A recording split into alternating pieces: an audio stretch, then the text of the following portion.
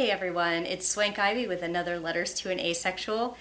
This is number 100, can you believe it? I'm pretty psyched to have made it to 100 letters. I'm wearing my ace shirt, which says, when you say I'm confused about my sexuality, you really mean you're confused about my sexuality, which basically could be the motto of this channel. I'm also wearing my cute little cake necklace, which has I think you can see that in this shot, a rainbow on the side. I like the combination of the more traditional rainbow imagery with a slice of cake as well. So Letters to an Asexual started, I believe it was 14 years ago, June 2008, goodness. Okay, so that wasn't the beginning of me making asexuality related videos. It was just the beginning of this series. I still like the milestone, but I did a whole different series sometime shortly before that where I highlighted the most commonly given misconceptions for asexuality from my perspective and debunked them all. And in the intervening time, I mean, I've had so many opportunities and I've done so many things. I've gotten to meet so many great people. I got a book published. I've been to several conferences and got to present at some of them. I've been invited to speak on college campuses. I was in a documentary. I've been interviewed on podcasts and the radio and video media, a couple of times on television, countless print interviews, a few blog posts where I got to either have an interview on someone's blog or a guest post. And other than that, it's continuing. I'm going to be doing a panel pretty soon after this this video, a couple of weeks from now. Actually, I think it's less than that now. Yeah, about a week away. So if you want news about my appearances, you can follow some of my more up-to-date media, because I really only make videos on this channel about once a month. I haven't been so active on Tumblr. If you follow me as Swank Ivy on Tumblr, I'm gonna try to get back into reblogging and responding and doing more interaction with the ace community over there. I just haven't been over there. I've been pretty active on Twitter, which my author account is @JulieSandra. So check that out if you want to get up-to-date stuff on what I'll be doing. And of course my website is, for my author stuff, is juliesandradecker.com. I have a list of appearances and a list of things that I've been interviewed in and stuff like that on there. So if you want to keep up with me outside of YouTube, if you don't already, that stuff is all out there. But of course, one of the most wonderful things about doing this sort of outreach is that I do get to meet so many cool people. And I had asked in my last video and also in a couple of other places for people to, for my celebration of 100 Letters to an Asexual videos, contribute some of their own content for me to read. So this is going to be a positive video. Everything that's shared here is generally positive, although I will touch on some of the more in-depth ones. Do talk about some ace people's experiences that haven't been so nice, followed by the joy of coming out on the other side. So the first section of this is called Ace Joy, and for this one, I got more submissions for this section than I did the subsequent section, which is going to be also read in this video, which is very ace moments. So I can definitely say I've had plenty of moments of really wonderful ace joy. Many of them involved meeting other people, finding out that I have had an impact on their lives, being able to talk to people, having people trust me with their message. It's really been lovely. I shared a moment of ace joy in the previous video, but I mean, I can certainly share another one. One of my favorite ones was when I heard from, one of my favorite TV shows is Steven Universe, the cartoon. And I was really excited when one of the people who worked on the show said that one of the characters was asexual and aromantic. And even though that was not highlighted in the show itself by name, nobody says straight either, no one says gay either. So, you know, all of those terms apply more outside of the show in the context of, you know, how the human audience is interpreting alien cartoon characters. So, but I was happy to see representation from one of the people who worked on the show saying, hey, this character was written to be this way. So yeah, I appreciated that. But now it's time for me to read some of the other people who have contributed, and I am excited to share some of these with you. So here we go. Moments of Ace Joy from the Ace community. At Aleto Mosquito on Twitter, and if you want to refer to these people by their stories, if I know them, I'll give you their pronouns. This person goes by she, her. Here's Aleto Mosquito. I created a display for Ace Week at my library. I saw lots of engagement with it, and all the buttons went and had to be refilled. At a Pride event much later, I ran into a former coworker who'd happily told me they still had the button they'd gotten from my table. That's such a good feeling, isn't it? I love when people are actually interested in the materials that we put out and engage with each other and get excited about it. That's so fun. Here's my next one, at Allison Stahlberg on Twitter, she, her. I teach about asexuality to teenage youth at my Unitarian Universalist church. The adults who oversee the class are always so grateful to me and have told me that my definitions have changed the way they teach sexuality to their class. They have made it part of their base lessons, which was so great. I think some of my other favorite things are when I bring my asexuality up and curious and kind older people have asked me to tell them more. They're excited to learn about asexuality and have such open minds. They are also very gentle and grateful for my sharing. When I came out as asexual, a lot of people private messaged me because they wondered if they were asexual too. That really felt good, to be someone brave enough to put myself out there and then get to help other people learn more about themselves. Lastly, I am married to an allosexual husband, and he's my best ally. He's proud of my pride and loves how I am attracted to people in ways that aren't sexual. My asexuality has made us communicate about sex so much more than I think we would if I was allosexual. So many great experiences in there. I love the idea of, especially when you talk to older people, I am sometimes what passes for an elder in this community because there's a lot of college organizing, and I'm 45, but I've definitely talked to people who are nearly twice my age about this, who, like she said, they're very grateful to hear about it, and a lot of them wish that they had heard about it earlier. I love when you have these experiences where you don't get shut down. They just want to know about you, they want to understand it, and they want to incorporate it into their materials for sex ed, because that is something, and even beyond sex ed, you know, it's relevant in other aspects of our lives, right? That's just great. And of course, having a partner who trusts you to be able to communicate about your feelings, and that you have a loving relationship, and that it's not framed entirely in terms of compromise or sacrifice. That is so wonderful to hear. So thank you for sharing that.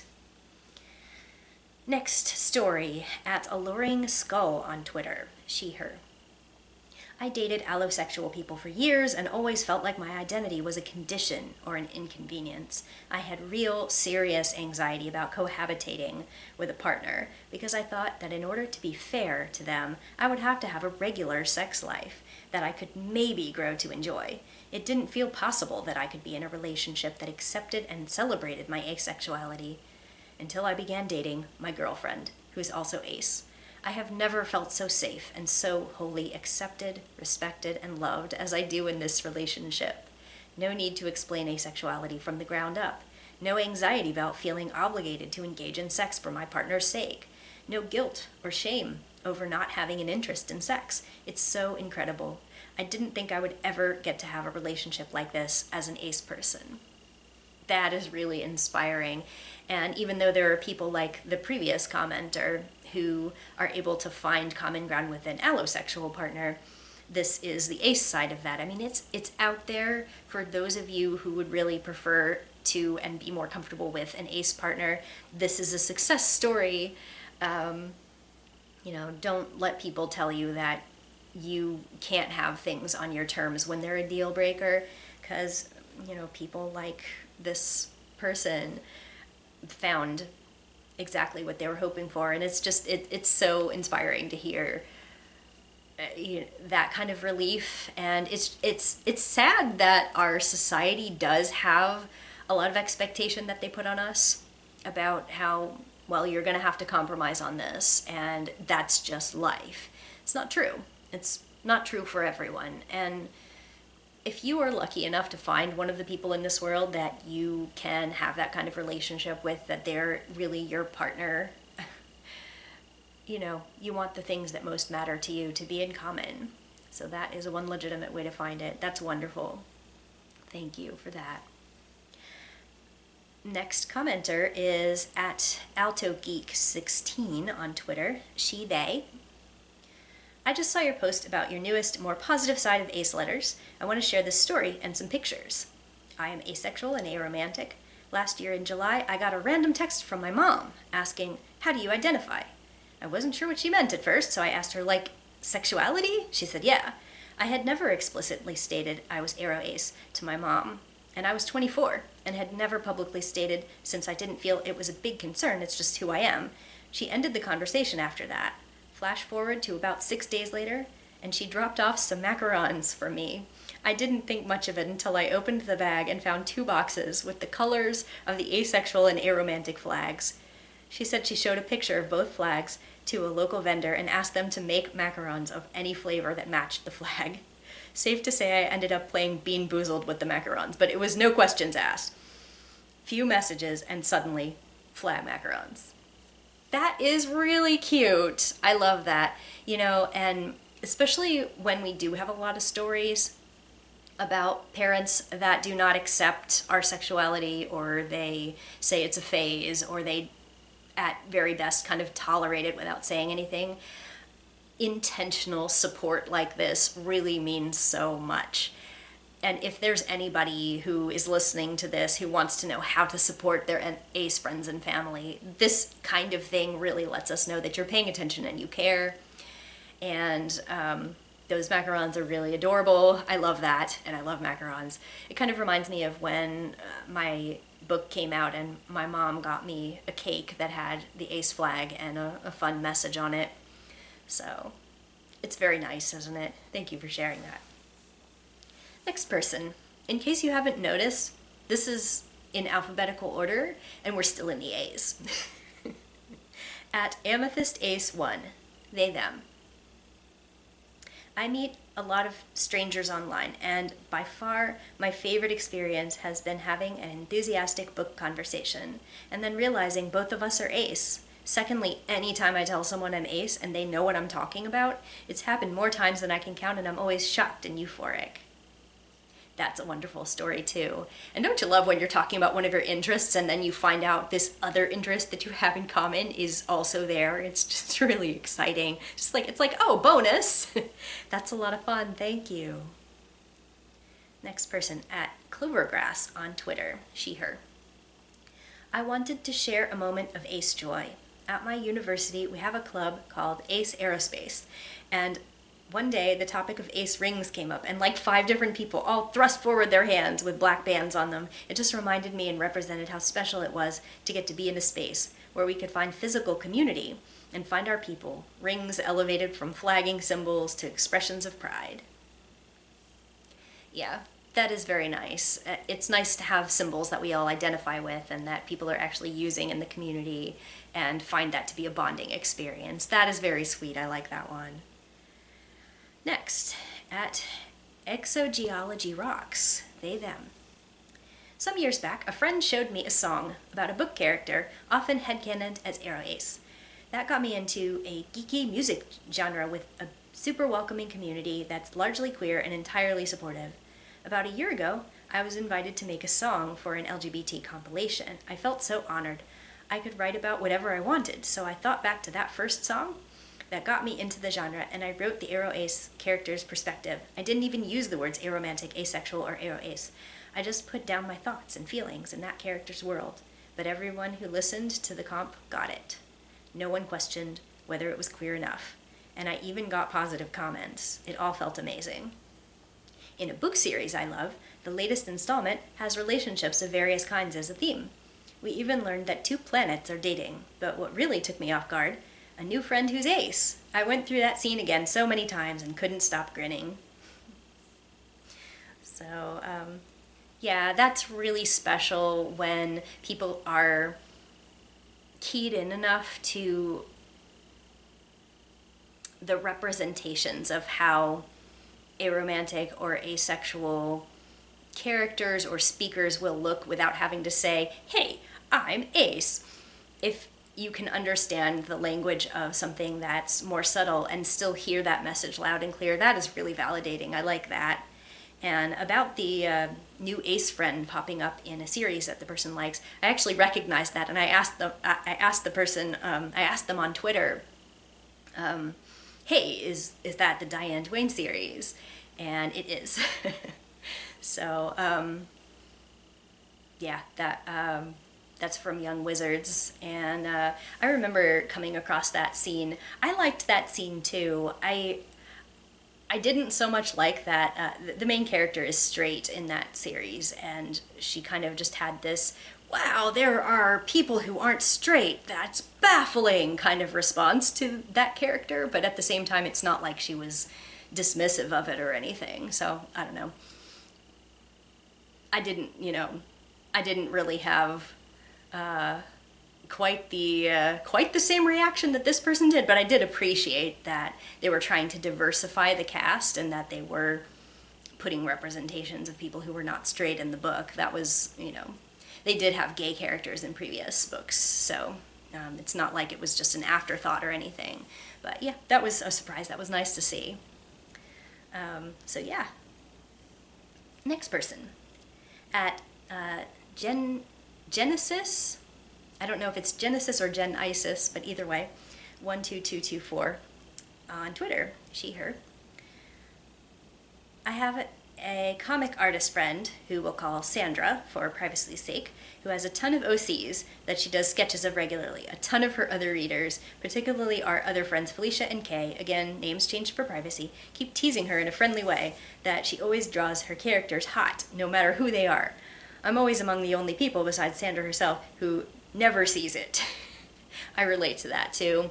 I once had like a coworker say, oh, who's so-and-so? Isn't that guy who's really good looking? And I was like, yes. And I'm like, I guess that would be him.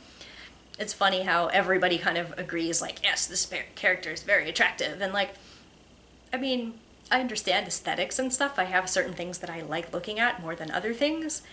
But hotness is still kind of out of that range, I guess. So I relate to that very much.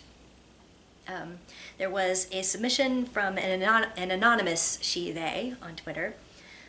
Okay, here's something that brought me a lot of ace joy. In 2008, almost 15 years ago, I started a thread on the Avon forum called Incredibly Ace Moments. The example I gave of an ace moment was watching the first X-Men film with friends and telling Wolverine to put his shirt on, resulting in my friends chorusing that Wolverine should remain shirtless. It is currently February 2nd, 2023, and that thread is still active. People are still posting their ace moments to it. So that was kind of an ace moment combined with a moment of ace joy. So I put it in this section because the ace joy that came from that is what we're featuring here. So yeah, that's very exciting. That is really fun to start a conversation so long ago, and it's still relevant. It's still vibrant in our community. So that is very rewarding. I relate to that. I understand. Thank you for that. Next person, at Intrepid Reporter, she, her. I was at a union conference hanging out with the journalism contingent, talking about my Labor Notes Pride shirt. said I had someone take a picture of me pointing to the purple end of the rainbow because I'm ace, and then 2 people instantly said, me too, and we posed for a pic in the Slack channel saying that the ace contingent of our news guild wants a pride caucus. It's fun when just like other people who identify as ace just kind of pop out of the woodwork. That is a lot of fun. It hasn't happened to me too many times, but I've definitely had that. Like, you are me too. That is so weird. It's so nice to meet another ace randomly in the wild. So that's cool. The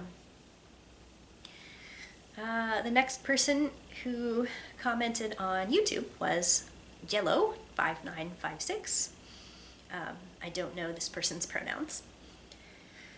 I can say that finally putting a word on who I am and what I feel truly made my life better.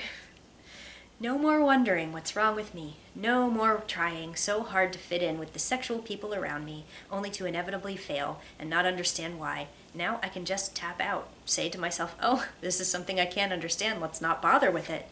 Say to people I'm not interested without feeling the pressure of trying things out to discover myself.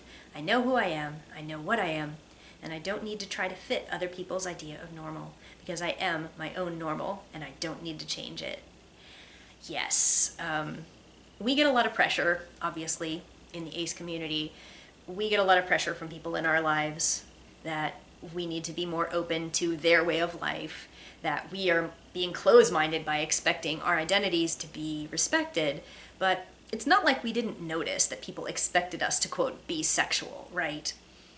It's ridiculous to think that they believe pressuring us and pestering us is some kind of wake-up call for us, because many of us have already kind of noticed that that was expected of us. It's so freeing to be able to say, you know what, I'm going to trust myself. I'm going to follow my own guiding star. And there's a word for it. There's a bunch of other people who are like me. I don't have to try to be what everybody outside of that circle keeps saying that they expect me to be. So yeah, relatable. Thank you for contributing. Next person, at Kenra Jetson on Twitter. I don't know this person's pronouns either. Confirmed I am ace around last year, had suspicions around 16, now twice the age. And got in contact with a lot of ace accounts being wholesome and just sharing info and discussing things, and I feel so much at home and much happier now that it all makes sense. Yeah, similar to the previous one, it's just, there's nothing like finding your people, right? And just feeling comfortable and being able to just fall into this warm hug, right? It's just, it's nice, especially for those of us who have had to grow up without it. Next person, at Kimberly Tuff. I don't know this person's pronouns either.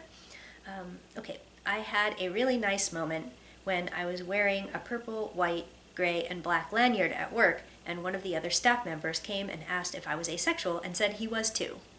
I was having a pretty crappy day before that, and then it put me in a good mood for the rest. Just one moment like that can sometimes light up your whole day, and sometimes your whole week. I can imagine why that was very memorable and a nice moment of ace joy. It's nice when, you know, you're just walking around with a pin on your bag or a very subtle reference on your t-shirt or something and somebody knows what it is. It's very nice. It's like, oh, yeah, I see you. Next person, at Lore without the E, also unknown pronouns. At a holiday party several years ago, distinctly before the pandemic, probably getting closer to 10 years by now, I was sitting together with a bunch of my friends, just chatting between games of Cards Against Humanity. I'd just recently gotten comfortable with using the term asexual to refer to myself, after not having a word for how I felt for over half my lifetime. I was nervous as hell, but I managed to come out to them, and they all took it well. I actually then learned that a couple of my friends also identified as ace, so I had some folks in my corner to help explain some things to those who had a few questions. I remember it just felt like such a relief, like I wasn't holding in a part of myself anymore, and feeling that relief again as I've started to come out about my gender identity, and feeling so happy I found some community, IRL, as well as online. That is really inspiring, and if only some of the folks that I know who do feel very isolated could have a moment like that, or people who tried to come out in a group and it went poorly, I wish this experience for everyone. I wish that we could all have it. But that's what we're trying to do here. We're trying to make those safer spaces for people and to provide that relief, because we shouldn't have to live lives where we even built up expectations that we would be rejected, but that's reality. So yeah, I appreciate you sharing that, and also just giving some hope to some of us who may not know that that validating experience could be out there for us. Yeah. Thank you for sharing. At Luciella ES, she, they. So, there was an asexual pride event organized as part of my local queer festival, and while all of that event was pretty awesome, the bit that stuck with me was near the start, where the MC asked if anyone didn't know what asexuality was, and no one raised their hand. I don't know if that's too low stakes, but it blew my mind at the time because the room was full, and absolutely zero ACE 101 occurred. How far we've come. Well said, how far we've come. I have found that even though I sometimes still deal with invalidation from people, I'm getting less and less of people who just have never heard of it, or how can that be a thing that humans can be, or doesn't that mean you're an amoeba, ha ha ha. Like, people still make inappropriate jokes like that, but it's true that just fewer and fewer people just have never heard of it. It's starting to get into the public consciousness. Not always with accurate information, of course, but yeah. Especially at a Pride event, though, I have higher standards for what people who are affiliated with Pride events and people who do organizing and attend a lot of events, like, they should know by now, and that means we're doing a great job. How far we've come, indeed. Thank you. At Melbell913, they, she. Ended up making a friend this summer while out of state for work, who is also ace, and the fact that we both just get it is so cool. We had a bunch of long talks about our ace identities, and the pure joy that came from having this bond was indescribable. That is wonderful. Again, I wish that more people could have that validating experience.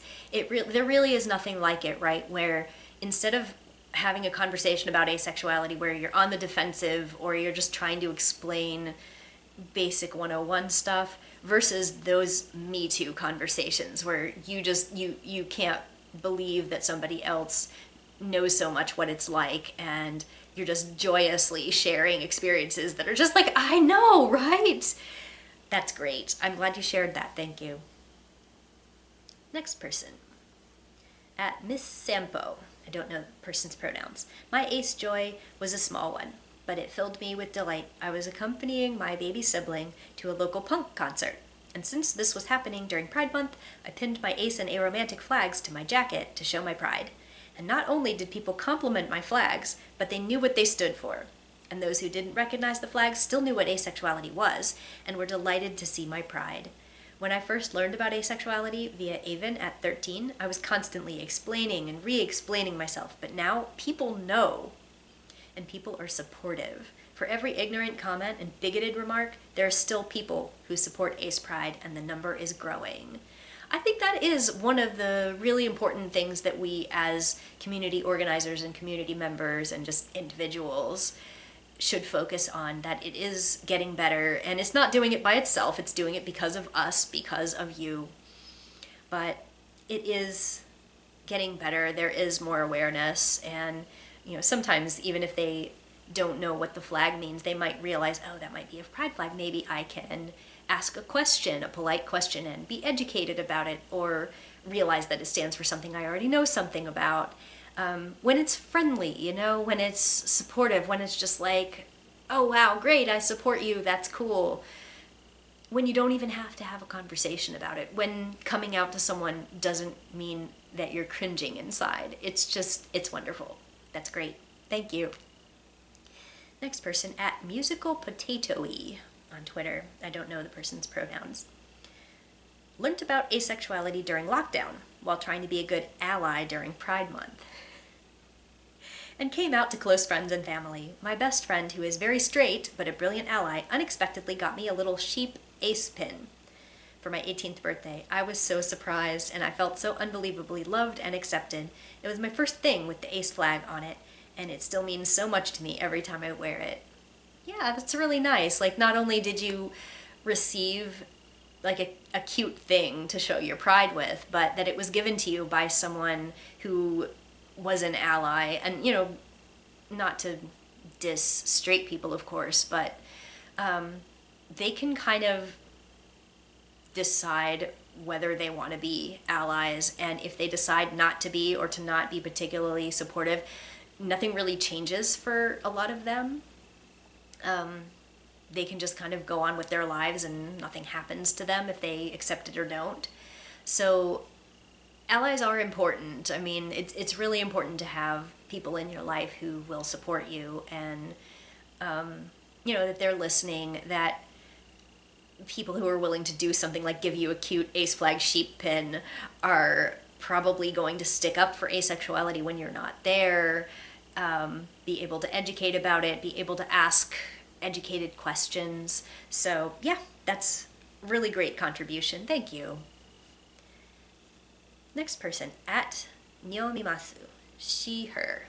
I downloaded a self-help app that actively listens to their users, and through that I was given the opportunity to share my ACE knowledge and experience to help create support courses for ACEs in the app.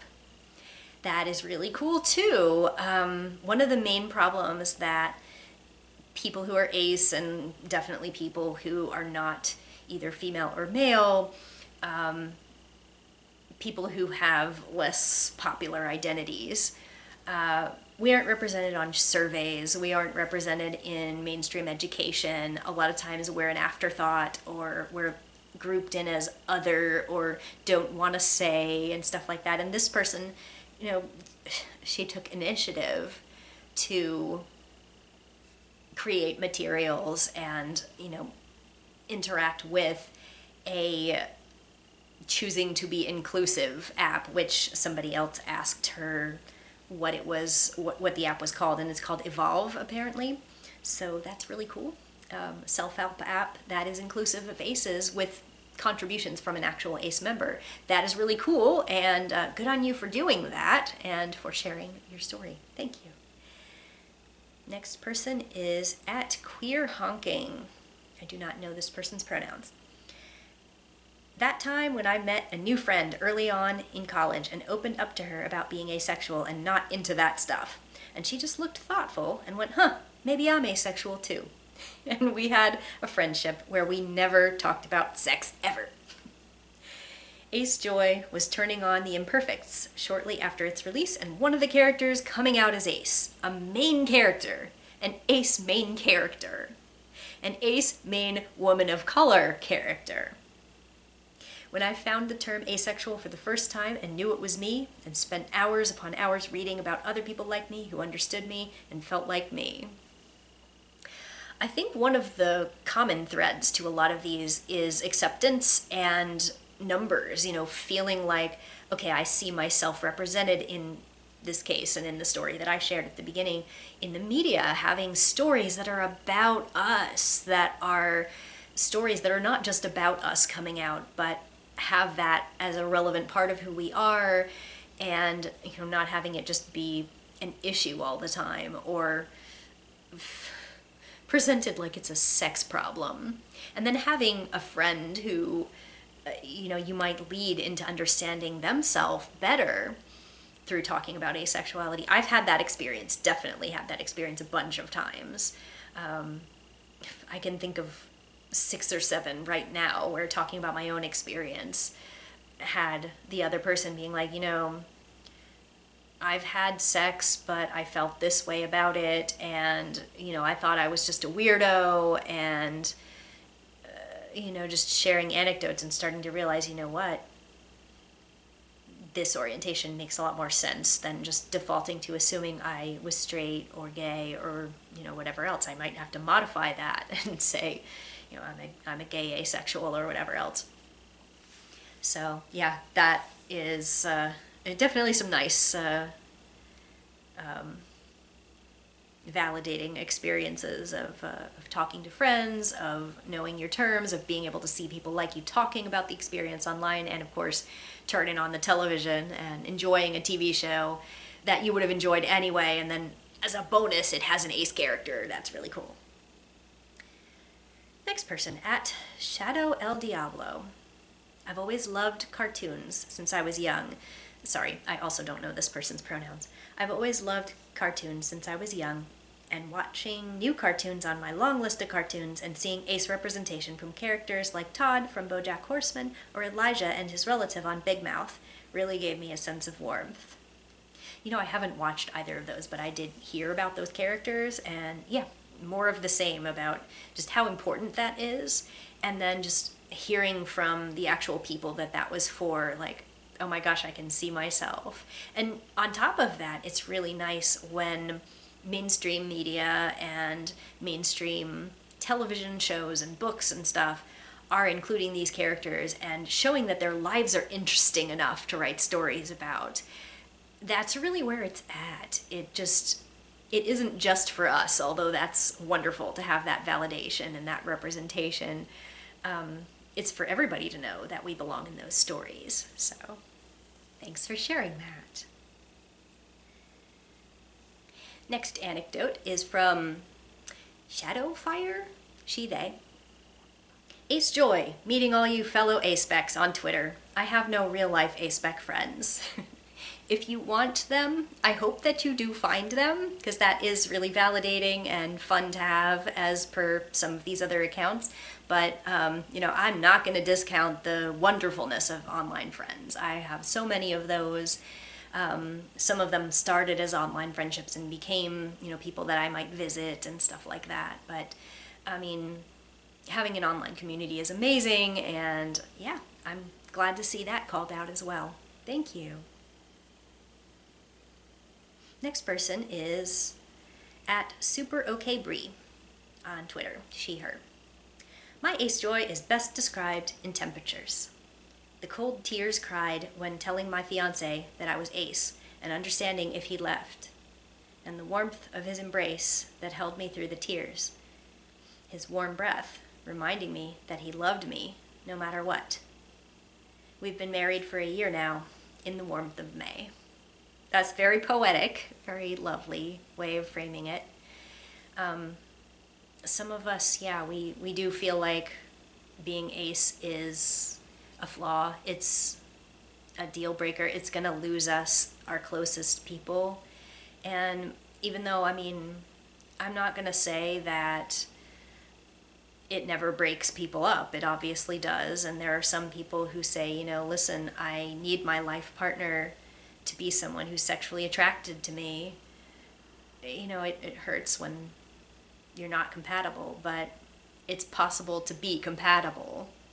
And it's really just, for many people, it's not worth hiding this aspect of themselves just to say, well, I love everything else about the person, so I'll sacrifice this. Like, you should be able to share your whole self with your life partner. And I'm so glad it worked out for this person. Like, congratulations to that, and I hope you have many, many, many more wonderful, warm years together. The next one is a little bit long, but I really wanted to share it because I feel like the journey that this contributor describes will be relatable to many of you, but I do want to say that I'm going to include a content warning, trigger warning for depression and mild mention of suicidal thoughts. So, but I want to share Tiger Songbird on Twitter, pronouns he, him. And here is his lengthy but very important story. I remember a day during my senior year when all my friends and classmates were talking about plans after high school. Eventually, the question got around to whether or not to have kids and get married. Everybody said they wanted marriage and kids. When the conversation got around to me, I remember the look of astonishment when I told them I never wanted to get married or have sex, and that I was looking to get a vasectomy because I didn't want any kids. My friends looked at me as if I had committed a major transgression. During a free day in choir, my senior year, my classmates spontaneously broke into a conversation about sex. with all my classmates talking about it like they were aficionados. They spoke of things I had no knowledge of, like different condom brands. As they rattled off all of this sex stuff, I sat there feeling as out of place as a space alien. It was at that point I began to realize that I was the peculiar one, that I was behind the curve. My focus on my studies and my total lack of interest in dating and relationships made me the atypical teenager. Even my parents noticed. When I told my parents I didn't want to go to prom, they acted like I'd broken a law or committed a social taboo. When I told them I didn't want to go because I didn't want to date, they started questioning if I were secretly gay. They thought that being 17 and never dating had to mean I was in the closet. I wasn't. I knew I wasn't gay. I also knew I wasn't straight like all my friends were. This led me to feeling out of place and out of step with society for the next decade. In school, there was no discussion of asexuality in class. My conservative Bible Belt school did not have sex ed because parents raised a fit over learning anything related to sex. My school had an entire separate school that acted as a means of shaming the teen moms who got pregnant. Because I didn't get a comprehensive sex education in school, I grew up as an isolated and confused loner and misfit, not knowing who I am. As I went to college, and people were really hooking up, the pressure to follow suit started driving me crazy. Even though I didn't want to have sex myself, I felt as if I had no other option, because I didn't want to be the weird one. Whenever questions would turn around to whether or not I was hooking up with anyone, I would make up a lie, manufacturing crushes or saying I was waiting until marriage, even though I had no plans of getting married. Lying became an escape from social derision. Dodging questions about my dating life became a habit. Whenever peers or family asked me about dating, I would find ways to avoid the question, not answer the question, or switch the subject. I spent 2 years away from home and then had to transfer back due to student loans. My final 2 years at home made it easier to deal with all the sex talk since I was focused on finishing my degree and getting into my career. I ended up staying a virgin through college and finished as summa cum laude.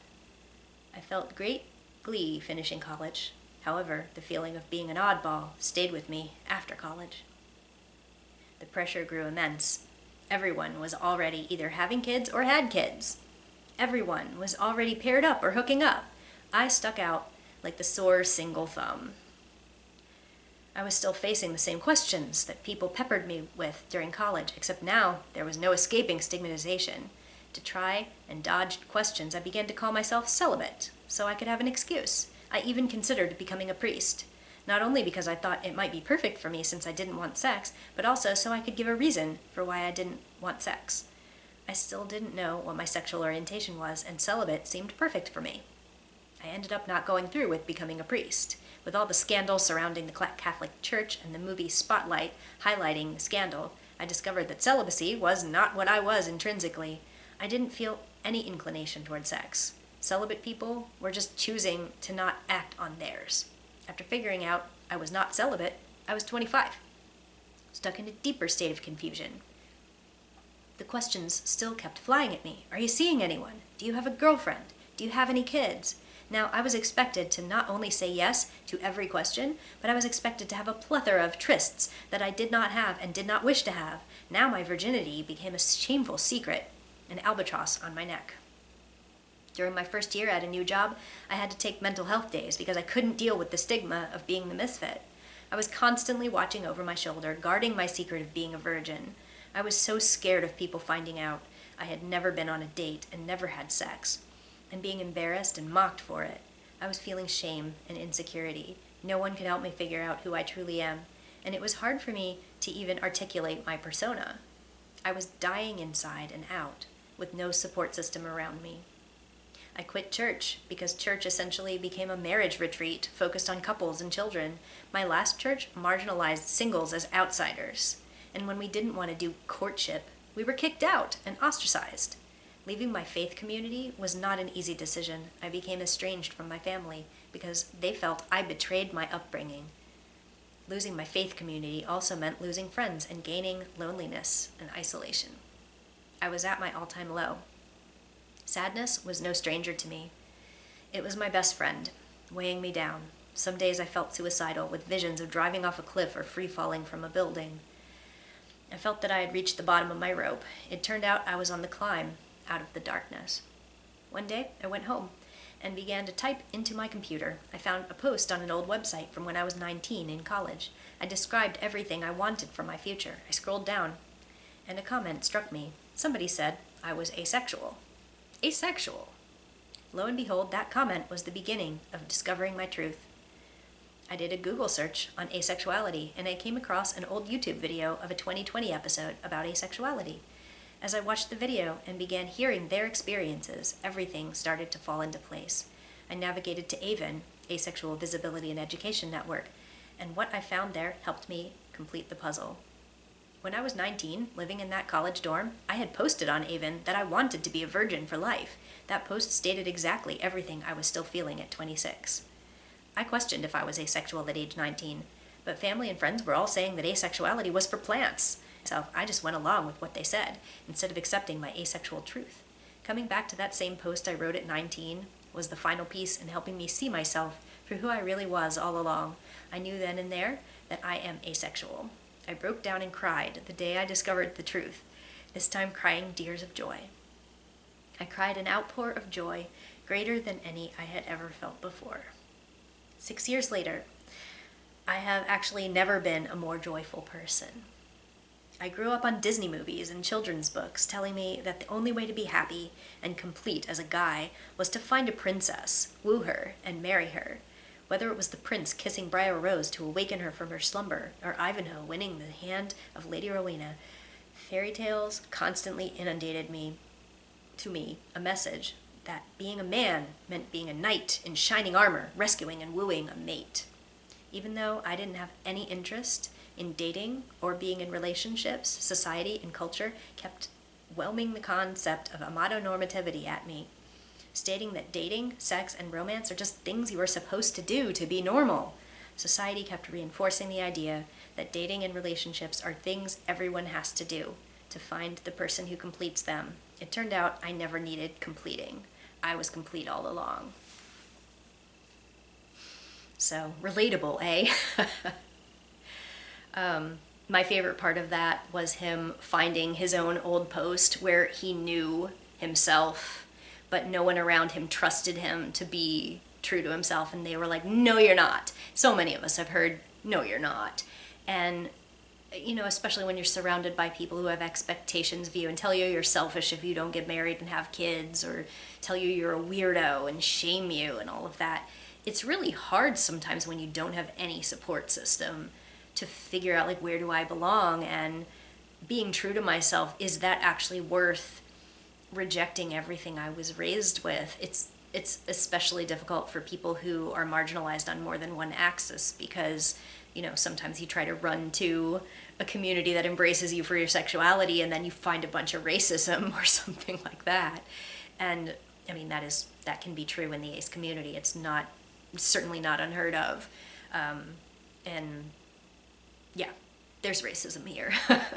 But anyway, sometimes people who are raised in a church or are raised in a very traditional family atmosphere, they will not be able to branch off from that because they'll be losing too much. And so they internalize those messages. And, you know, if we were free to be who we are and to write these messages to ourselves at an early age and believe ourselves and then not be shot down by people around us, it's just, you know, if we could have that future, people like Tiger Songbird would not have spent more than 20 years floundering trying to find themselves, you know? So I'm so happy that he found his way, and I just wish it hadn't required such a low point for so long. Thank you for sharing your story. Just a couple more because we're almost at the end of the alphabet, and then we'll go to the very ace moments, which I didn't have as many of.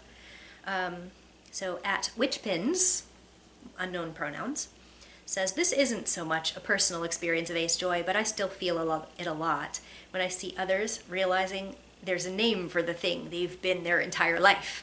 the relief at finally finding some understanding, the powerful realization that they're not broken. Being able to be that person for others has made me feel so glad to be under this umbrella. Friends feeling comfortable asking me things because they're trying to also understand themselves, and just being able to be that resource for someone else. There's huge joy in that for me. Besides that, the genuine excitement I feel when I think how I never have to be physically intimate with anyone ever again, LOL. I know every person/sexuality should feel like they don't have to do anything if they don't want to, but never doing it wasn't presented as an option. Absolutely. Yeah. When I was much younger, I would say, in my teenage years, I did think that eventually things would change and I would want a partner, and that would just be something I would have to do to keep them happy. And I resisted that idea, and I definitely said that, I'm certainly not ready right now to take that step.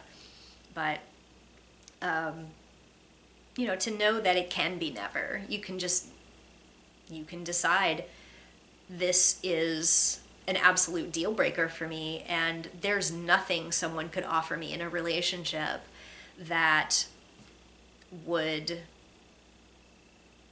make me feel like I have to do that to keep it. I mean, it's not worthwhile. It's not worth keeping if you have to sacrifice that. That's how strongly some of us feel about it. So yeah, I relate to that. And then just also as an educator and as an activist, I definitely relate to the first part of this person's message. There is so much joy in being able to connect people to that information and being like, oh my gosh, I have a book for you, or check out this article, it'll clarify some of the things that you have questions about. And just being there for a different kind of 101 question, you know what I mean? Like 101 is so different for someone who is like, I think I'm ace, what does this mean? All of that, just it's so important to be able to be that for someone, and I relate to that too. Thank you for sharing that. And the last one in this section is from @y'allsgotsoul on Twitter, which is she, her. Discovering I was ace was one of the best things to happen to me. I was able to make sense of my world and past relationships. I became more confident in my own skin. I could release the pressure of trying to be something I wasn't. I no longer felt bad about not wanting what everyone else seemed to want, and I could rest assured that I wasn't broken or that something was wrong. I'm so grateful for all the brave asexual influencers doing good work to spread awareness and let others know they're not alone. Yeah, that's really why we're here, isn't it? We're here for each other, trailblazing over here so that we have a more comfortable world. And that is so important, the internal experience of it, the ability to stop feeling like something is wrong. Like when you really finally internalize, I am my own normal and I'm me, and this isn't an aspect of me that I have to work on. I have to figure out how not to be like this. Being like this is good and fine and even joyous. That is a wonderful message. Thank you for sharing that. I'm glad that you shared that with us. So now we move on to the very ace moments section. Like I said, fewer people contributed to this, but I still got an awful lot of good ones. I am going to share, I shared one in the last video when I was introducing the idea, but I'm going to share another one of mine, which this was a long time ago. I think it was maybe 2008 or 2009. And I was having a Halloween party, and some of my friends who lived together, like a group of roommates that I was friends with all of them, they showed up together, and they walked in my house, and I was, bringing them in, sitting them down, asking them if they wanted a drink, and they were acting kind of awkward, and I didn't really understand why they were acting awkward, but I just figured maybe they were feeling a little awkward or something, just being in the house and not quite knowing where to sit or something. But anyway, I turned around at one point, and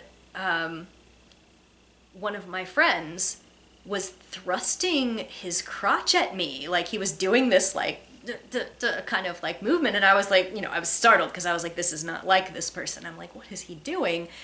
And then I looked at his crotch that he was thrusting, and he had comically stuffed his costume with, I don't know, balloons or something, so that he had just an enormous fake, ding-a-ling sticking out there.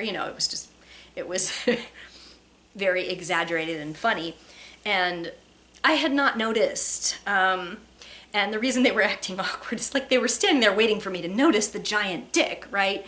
And I completely, literally did not see it somehow.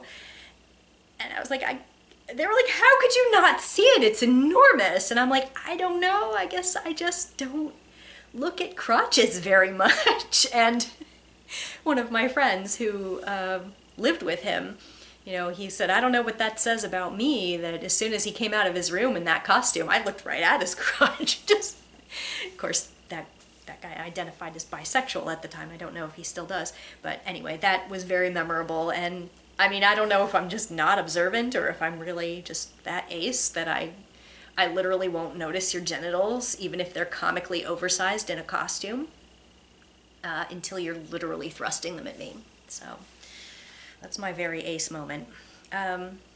So here are some from the community. My first submission for this category is from someone named Egredu Goth. No pronouns were listed, but the person wrote Mix and Mister as honorifics, so you can use those. Every time someone asked me if a certain person was hot growing up, I'd answer, well, they're not ugly, I guess, despite the fact that I didn't see them that way. Totally relatable. Very, I guess, ace of you. Yeah, like I said before, there's kind of a big difference between, okay, I think that person's pretty, I think that person's handsome, I like the clothes that person is wearing, I like their hair, and oh my god, that person's hot. It's like kind of a different thing. So yeah, I think many of us can relate. My next submission is from Alana. I don't know this person's pronouns. After seeing Billy Madison, my sister and I used to jokingly quote, "So hot, want to touch the hiney?" regarding good-looking celebs. When I came out to her as ace, the clearest way I could describe it was, I've never actually wanted to touch the hiney. That is relatable. I mean, just in jest. I have probably said, yeah, I'd do him, like, plenty of times, absolutely without meaning it. And I don't know. I mean, there's plenty of times where I implied that I found someone sexually attractive when, generally I've been out as ace for so long that people know I don't mean it, but there have probably been times where I said something like that or let someone think that I felt that way, but I never wanted to touch the hiney either, so relatable.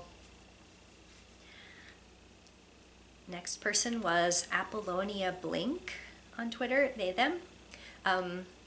A little content warning here for a little bit of sexual language. Years ago, I was in a show where I played a prostitute.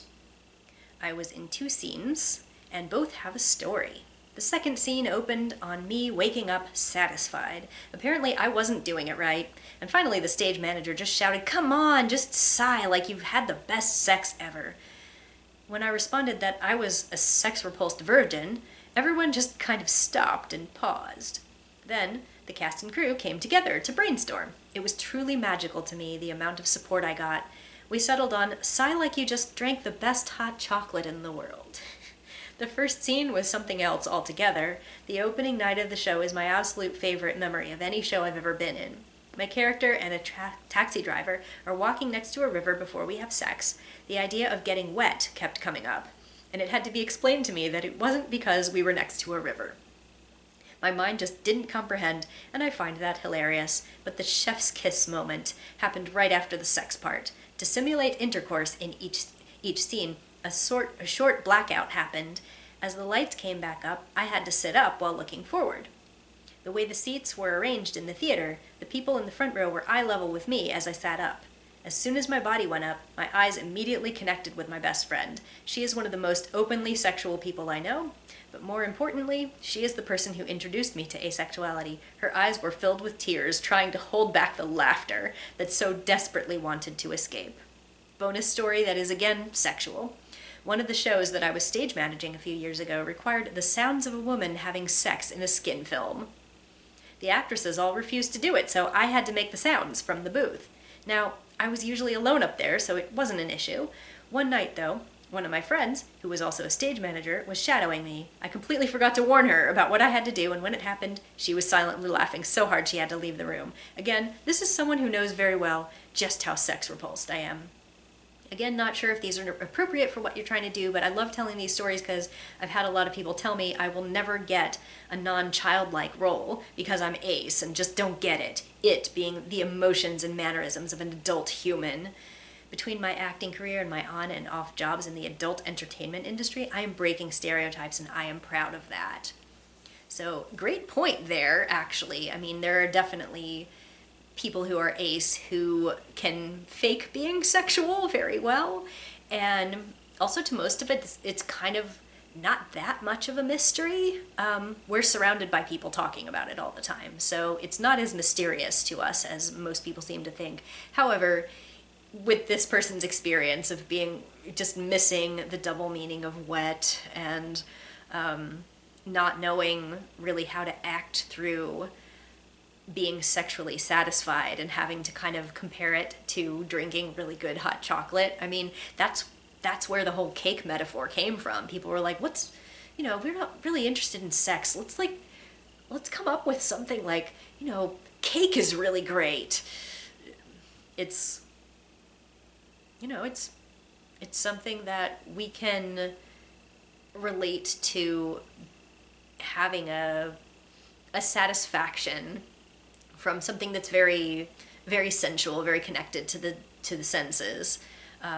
Something that you can even talk truthfully about craving certain things. Food metaphors are probably the best, the next closest, I guess, metaphor. I've also had some pretty good reception for using the comparison of scratching an itch, because that is also like a physical satisfaction. So on to the next one, which was at Bandana Phoenix, she, they. Reading The Tempest in high school English, and the teacher explained that it was forbidden to have sex before marriage, so that sex acted as a motivator for marriage, which the others needed for political ties. I was like, yeah, okay, cool, makes sense. What's the motivation for sex, though? I never asked that aloud, since it felt oddly taboo, but damn, looking back, I wish I had. Would have loved to see the reaction. That makes two of us. Thank you for that one. I relate because I remember being pretty young, being maybe elementary school, and I was kind of advanced for my reading level, so I was trying to read stuff for kids that were a few years older than me, and I kept running into romance. I kept running into these, summer camp romance and mystery romance and things like that, and I was just like, I wasn't getting it. I didn't understand can we just get to the good parts, whereas I think most people were seeing the romantic and, make out parts as being the good parts, and I was just like, oh, this is boring. I don't really understand what the point is of this. And I came to understand later through, just in general listening to how people talk about it, and also having some good discussions with friends of mine who write romance, that a lot of times people who write romance don't necessarily feel like they have to bring any justification to the page, because they assume everybody reading it is connecting with their own feelings of having longed for someone and desired someone in their own lives. They don't have to tell us what that's like. They just say that they were longing, or that they were craving, or that they were trying to hold themselves back from kissing the person's face off, or whatever it was. And those of us, myself included, who don't relate to that kind of longing, it's just like there's a missing piece there. There's a lack of connection that we're just like, why is this happening? It just seemed to come out of nowhere. And for most of the other people who are the target audience, maybe who are reading that or watching that, it's just kind of like they know something and we don't get it. So that's a very ace moment, I guess. I should, of course, mention that there are some ace people who crave sex itself without sexual attraction. But I think it still falls into the category of, a lot of people who identify as ace also will say they can kind of take or leave sex. So it's pretty relatable to a large portion of us, at least. This next one is from @BatInTheCorner on Twitter, she, her. A content warning on this one for masturbation being mentioned here. For those of us aces who see masturbation more as a chore than anything, the annoyed discomfort and novelty of feeling arousal, albeit weak and unsolicited, in the days leading up to your menstrual cycle. My cycles are once every 3 months. Bless you, BCP. So this only happens 4 times a year approximately. I call it my quarterlies.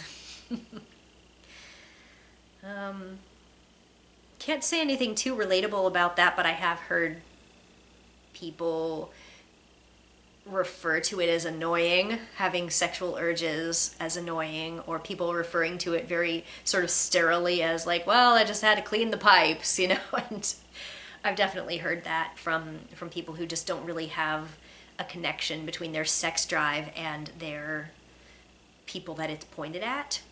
So I'm sure some people relate to that. Thank you for that.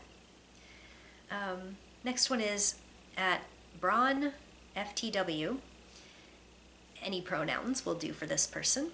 One of my most ace moments was when I went to a strip club for a friend's bachelorette's. And while everyone else was super into it, I was so bored I couldn't stop yawning. It really confirmed my aceness to me. Yeah, I would definitely be bored or probably pretty uncomfortable in that situation. Although, to be honest, I think I could stand it as long as the people involved were not pressuring me to get a lap dance or something like that. But at the same time, it's just like, well, I think it's a pretty common bachelor or bachelorette thing to go to something like that. So, I just don't think that I am close with anyone who would subject me to that. So, yeah, relatable.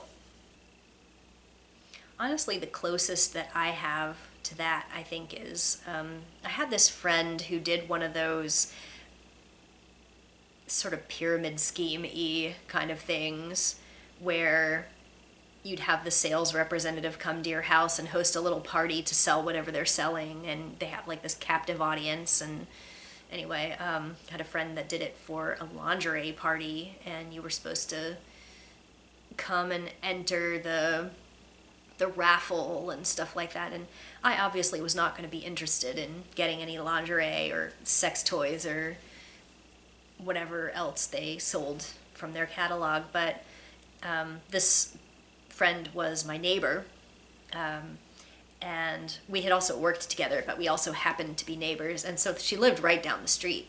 And she got really excited about doing these parties, so she just kind of like scheduled a bunch of them and ended up spreading the attendees too thin between the sessions. And it turned out that only like, I think 3 people had showed up plus her to this particular session. And she just kind of calls me and says, I'm a person short for their minimum. Will you please just come over and,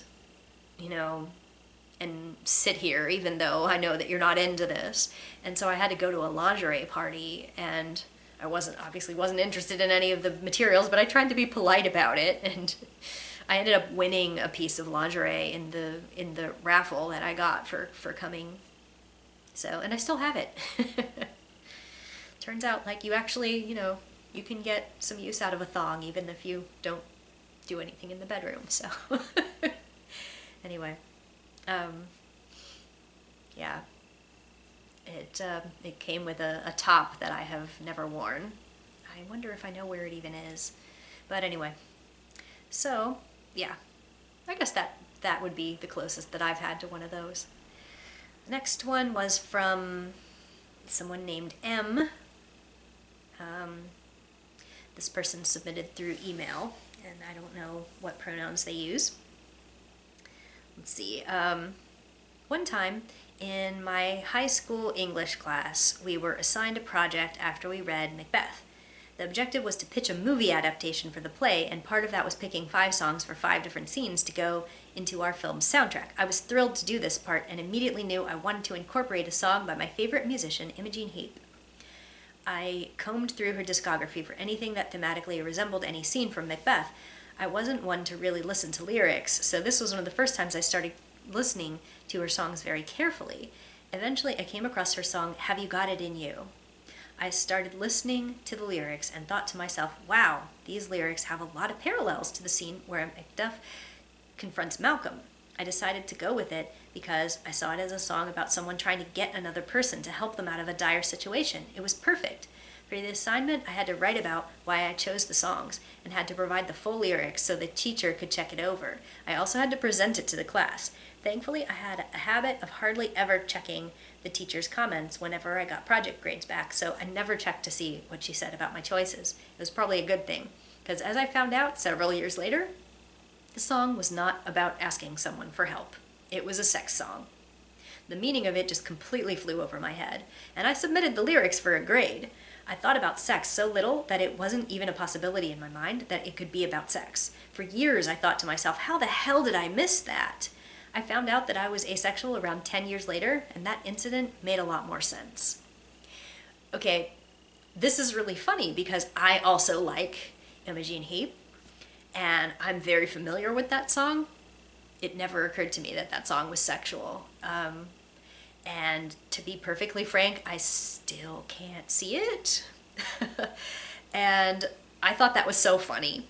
And I ended up sharing this exchange, not the actual words that this person wrote to me, that M wrote to me, but, you know, hey, I got this submission from another ace person saying like, hey, I never knew this song was sexual, and turns out I didn't know the song was sexual either.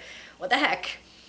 And then just my comments filled up with people saying like, what song? We need to know what song. So I showed them, and a bunch of my friends, most of which in the conversation were not ace, were like, no, that's a stretch, actually. I don't, you'd have to be intentionally digging around to see it that way. So I don't know. I mean, I'm torn on this, like, because not only did I get 2nd and 4th and 7th opinions from people who said that they didn't see it either, but I just don't see it. I mean, there are definitely some lyrics. I will definitely give you that. There are some lyrics that you could see that way, but I could definitely still see it as a struggle song. I mean, I'm gonna say let's reclaim that.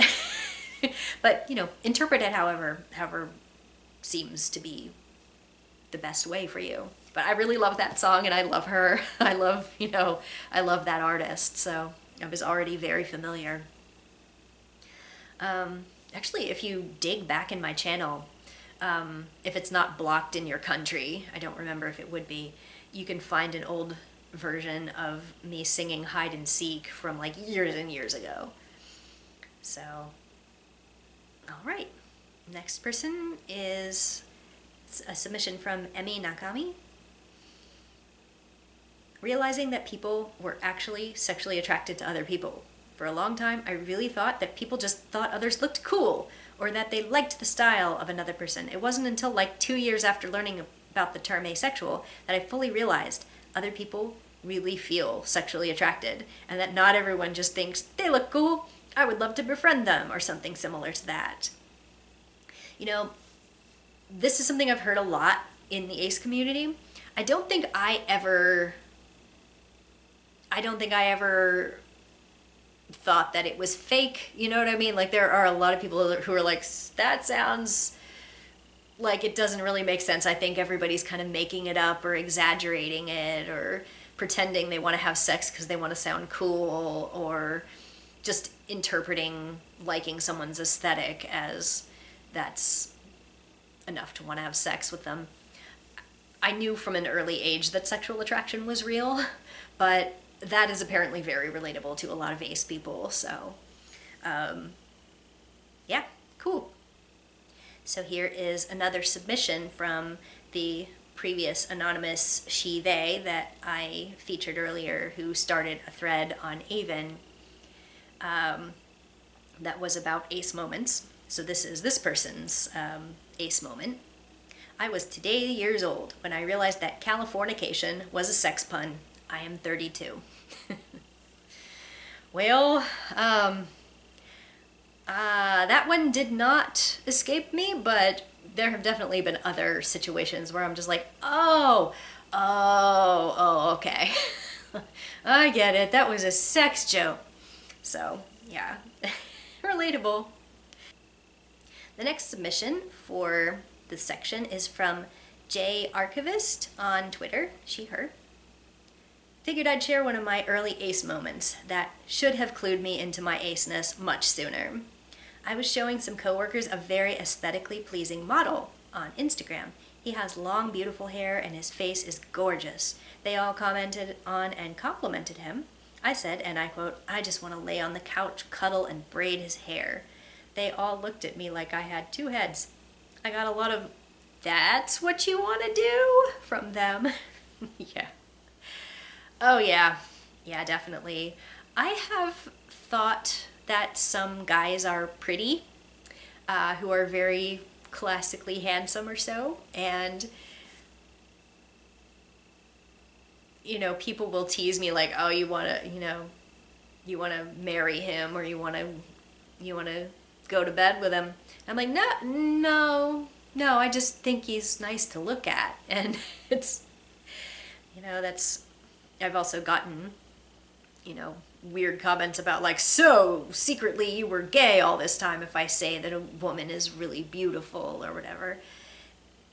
And, they just graft this expectation or this desire onto people who don't have it. Yeah, that's relatable. My next submission is from @JewStats, no pronouns known. A friend in college had decided to pursue two acquaintances as possible dates. I was chasing guy A, and she was chasing guy B. When my friend said she liked guy A better, I had no problem switching with her since they both seemed nice. It's just like, yeah, I guess you'll do. I mean, I don't have any strong feelings either way, so I guess I like you. No, I like this one now because I was assigned this Yeah. That definitely shows a lack of investment in it that, and that could also be like aro spectrum if it was romantic related. So here is the next one. @Kenroff Jetson on Twitter. Do not know this person's pronouns. And a quick content warning for mention of porn. A friend of mine has a projector in his living room and decided to hook it up to Pornhub he had heard about in the news when we had a friends gathering at his place. It was that moment when I realized I was sex repulsed, and the watch party lasted 1 hour and there were no phones around that time period. So, yipes. Yipes indeed. And you know what? Most of the people I know who are not asexual would also find that really peculiar. Like going to a porn party? I think that's really odd. I guess if some non-ace people who are watching this video want to weigh in on that and say whether they think having like a porn party with a group of people who are not sexually involved with each other and you just sit there and watch a porn. I mean, I've heard of people watching porn with their partners or at sex events, but not just to sit around and watch porn. I mean, I thought the point was to get you horny, and like, who wants to be sitting around horny with a bunch of your friends? That's just weird. I don't know. You know what though? I don't want to act like I know for sure that nobody does this, but I don't know. I had never gotten the impression that that is how porn is viewed in groups like that, especially though without any warning. That's very strange. Anyway, next. At Laurel Riss on Twitter. Don't know the person's pronouns or whether I said that right. My ACEs moment to date, when one of my coworkers was insisting I had to be gay because I wasn't interested in the men she was setting me up with. Internally, I was wondering, why do I have to be interested in men or women? Why can't I just not be interested in either? A few years later, I found out that is an option. Yes. Yes, indeed it is. It is an option to not be interested in anyone. I think that's so funny to hear that, oh, you gotta be gay if you don't like these specific guys. I'm pushing on you. I mean, just, ugh. It really is a very heteronormative world that has people saying things like that. I mean, it could be that none of them were your type or you just didn't connect with any of them. It doesn't mean that you have to be gay. It doesn't even mean you have to be ace. But yeah, it's unfortunately very common to believe that people who do not seek out or are not interested in kind of whoever wanders their way eventually that there's something wrong with them or that they're hiding that they're gay and they're refusing to come out. So I'm glad that you eventually found out that there was a third option. Thank you. Next person is at Musical Zombies. Pronouns she, he, or they. One of my favorite very ace moments was when my girlfriend, also ace, and I were reflecting on our experiences together. In our currently 4 years dating, we'd had sex once. I mentioned that I really enjoyed sleeping with her. She just smiled and goes, "It's not that special. I just don't snore or move around much." I gave her a huge hug and kiss before pointing out to her that I wasn't referencing sleeping cuddled up next to her. She laughed so hard when she realized what I was talking about. I love my very ace relationship. We're both super ace. That's a very sweet story. And the part that I, of course, find very relatable is always assuming the least sexual interpretation of anything anyone says. There are times when I can have a dirty mind, I guess, like, just jump to, haha, that's what she said kind of things. Not typically, but the first thing that I think of is usually the least sexual way that you can interpret things, so I get that one. Next person is at Queer Honking. No pronouns known. People were talking about if someone's portrait was appropriate or too sexual, and I was just like, this professional picture of someone's face is sexual? I still don't get it. Someone responded to one of my tweet responses a week or two ago. It took me 4 days to understand it was a sex joke, wordplay, and that's why people were laughing at it. The response was so confusing for me that I thought he meant to respond to someone else. That's really funny. It's pretty amazing that we think around a sexual explanation so thoroughly that we don't know what's going on sometimes. Not all of us and not all of the time, but yeah, I have seen that happen. And the first thing that this person said about, someone's face being sexual, I don't want to get too gendered on it, but I did hear a story where a woman in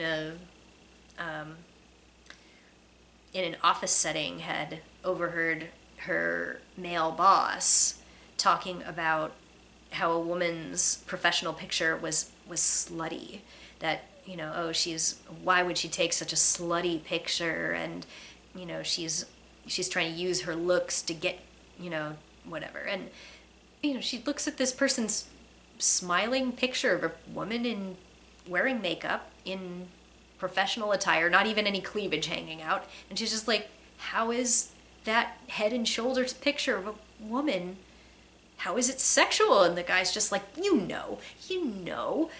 mean, look at it, and she's like, no, I'm not being obtuse here. I really don't see what is sexual about this.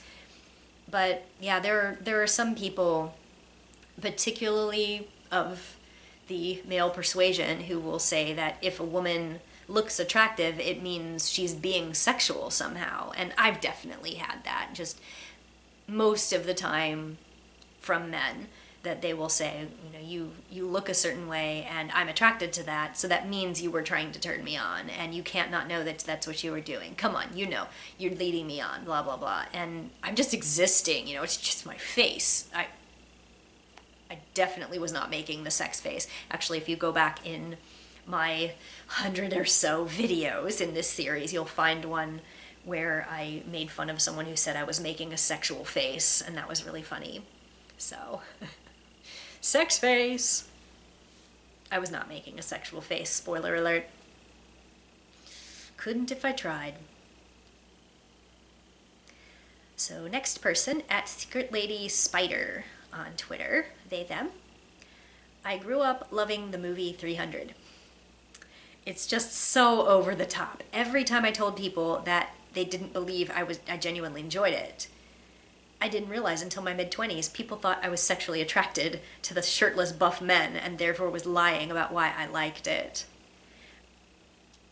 Relate, you know, obviously I am going to relate to a lot of ace things, but I've seen that movie, and when I think of it, I don't think about it being sexy at all. I think of it as being really violent, and yes, it was over the top. I did not enjoy it, I have to be honest, but that was just because I don't really like violence, and I don't like dramatized spraying of blood and slow motion fighting and things like that. But I can understand that some people really like sort of the weird campiness of that. But yeah, it would be a common assumption that you just like it for the buff dudes. And yeah, I have been accused before of liking certain actors because they were hot. And also for my generation, it seems to be Brad Pitt. I made fun of that in another video. I think it was one of my asexual bingo videos, where they're just like, oh yeah, well, if Brad Pitt walked in, you know, shirtless and in dirty jeans, you would ruin your pants. And I'm like, not attracted to dirty jeans, not attracted to Brad Pitt. Also, definitely would not be excited about it if a man walked into my house without my consent, especially if he was half-dressed. Yeah, don't care if it's Brad Pitt. Here's the next person. At the Gadfly's Nemesis 4102. Don't know this person's pronouns. Okay, this one happened in my first year of college, when I was 1, newly discovering my aceness, and 2, going to every event that advertised free food. I mean, I could stop right there and be like, okay, relatable, but yeah, I will continue. So, a poster outside the laundry room advertised red vines and relationships, at which you would eat red vines and learn about healthy communication in romantic relationships. But the fine print said there would also be pizza. So I thought this was great. No one's gonna go because they won't have looked closely enough at the poster. I'm gonna eat so much pizza. I won't be in a romantic relationship ever, but communication skills translate across relationship types, right? So I asked my roommate if she wanted to come to this event called Red Vines and Relationships with me. There's gonna be pizza. And she kind of looked at me for a few seconds and said, you know, I'm good, but thank you for offering. So I asked my newly made friend if he wanted to go to this event with me. It's called Red Vines and Relationships. And the fine print says there's gonna be pizza. And he gives me a kind of odd look and says, no thank you, I'm good. So I ended up going alone to it, and the first thing I saw when I walked in was a poster on the wall about all the different types of lube, which definitely put the prior 2 interactions in a clearer light. Anyways, that's how I ended up giving an impromptu lecture to 3 frat bros about yeast infections, despite being extremely ace and definitely not sitting this ramrod straight because I'm uncomfortable, whatever gave you that idea. I knew the most about safe sex of all like 9 attendees, so my group aced, the trivia game. And yes, I did eat several slices of pizza, so I counted an evening well spent. You know, I did not go to any similar event for the free pizza, but I did go to some, multiple actually, religious events for religion I did not practice because I heard there was going to be free food. So, I mean, what can we say, man? It's a carnal pleasure, right? In the original sense of the word. Yeah, so I would definitely say that that's relatable. Also, being a sex geek or knowing a lot of stuff that people who actually have a lot of sex or want to have a lot of sex or, you know, are attracted to people in a way that you aren't, that's not uncommon. Like, I know quite a few asexual sex geeks and sex educators and things like that. And I don't know, I mean, we're a lot of us, we have a sense of humor about it even. And we're not even necessarily embarrassed by it or uncomfortable or anything. I mean, plenty of us are, but plenty of us aren't. So that's really a very funny anecdote that you also ended up explaining about safe sex to about yeast infections and things like that to frat bros. That's really funny. So that was actually my last submission for that category. If you missed the window, I'm really sorry if you would have liked to contribute, but my comments are open and I would be more than happy to participate in and allow and encourage some continuing dialogue about any of these things that people have said and your own submissions if you want to continue talking about these sorts of things in the comments. I'm so jazzed that I still have, by subscriber count, over 5,000 people who want to hear me talk about this kind of crap. I thank you so much for tuning into 100 of these things. I don't plan on stopping. I definitely still have material. I unfortunately expect to still be receiving plenty of ignorant letters from people who need this sort of education and developing their trollishness and or willful ignorance into a teaching tool for everyone who's finding these things to be fun and useful in their lives. But I really appreciate a chance to just throw down with some other ace people about experiences that we have in common or experiences that we've had because we're ace and not in spite of it, you know? So I'm definitely ready to stop talking now, which is not a thing that you'll hear me say often. But I'll see you next time I make a video, and that will be most likely continuing to be once a month. But like I said in the beginning, catch up with me on Twitter, check out my websites, check out some of my other content if you want to talk to me personally outside of ace activism. You know, I'm on Facebook, I have several blogs, I have my band that I sing with has its own YouTube if you want to look for the YouTube account of Tides of Time Band. That's tides like the tides that are controlled by the moon, and time as in a clock. Tides of Time. So you can look us up.